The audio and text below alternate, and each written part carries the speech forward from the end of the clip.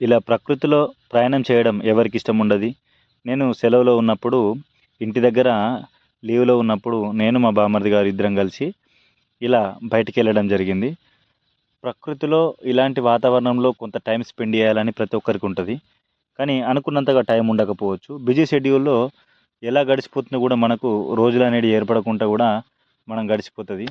అయితే ఇలాంటి వీడియో చూసినప్పుడు అనిపిస్తది నేను కూడా ఒకరోజు పోతే బాగుంటదని చెప్పేసి. సో, ఇలా ఎవరికైనా అనిపిస్తే తప్పకుండా మీకు ఏదైనా చిన్న చిన్న కోరికలుంటే తక్షణమే నెరవేర్చండి. ఎందుకు అనంటే రేపటికి రూపం ఉండదు కాబట్టి, ఈరోజు నీకెంత సమయం ఉందో నువ్వు 100% కాకుండా 50% అన్నా చేయగలిగితే బెటర్ ఉంటది.